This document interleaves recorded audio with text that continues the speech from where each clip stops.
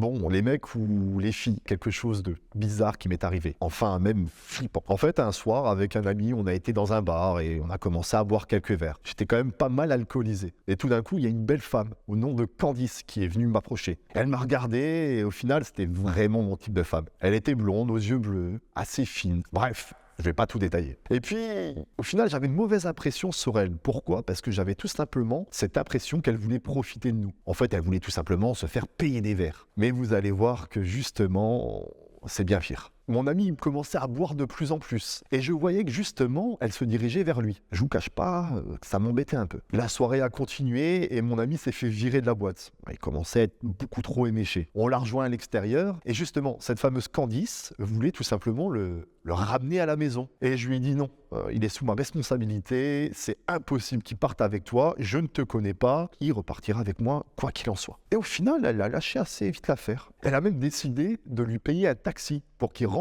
tout simplement à la maison. Je trouvais ça assez bizarre, mais au final, j'ai accepté. Je crois que c'était même la meilleure des solutions. Et puis au final, je me suis rappelé que j'avais quand même envie de la connaître un peu plus. Envie de voir si il pouvait se passer quelque chose avec elle. Et elle me répond que éventuellement on pourrait se retrouver chez elle. On commence à reprendre sa voiture. On était vraiment alcoolisés. Elle commence à s'arrêter dans une supérette, rachète de l'alcool. En fait, je comprenais pas où elle voulait en venir. Qu'est-ce qu'elle voulait faire de cette fameuse soirée? On arrive devant chez elle. Et au final, la première chose qui m'a interpellé, c'est qu'elle n'a même pas utilisé ses clés pour pouvoir rentrer à l'intérieur. Elle avait peut-être oublié tout simplement de fermer sa porte. On commence à rentrer à l'intérieur de sa maison et son salon était assez sombre. On voyait peu de choses et il y avait une odeur assez morbide, je dirais même de sang. Je décide au final d'aller aux toilettes, en tout cas dans la salle de bain. Je commençais à sentir une ambiance assez palpable. J'avais cette sensation qu'elle voulait vraiment me faire du mal. Et puis, à travers la porte justement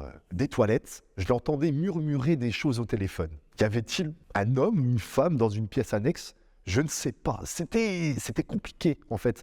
J'arrivais pas réellement à entendre la conversation. Et puis, j'ai entendu mon prénom, mon âge, la taille que je faisais, où je travaillais. Et là, ça commençait vraiment à sentir le roussi. Je suis sorti d'un coup, et là, elle était figée face à moi. Au final, je ne sais pas à qui elle parlait. Elle voulait tout simplement qu'on boive à nouveau, encore et encore. Au final, je prétexte d'aller une deuxième fois dans les WC. J'aperçois cette fenêtre ouverte. Je regarde.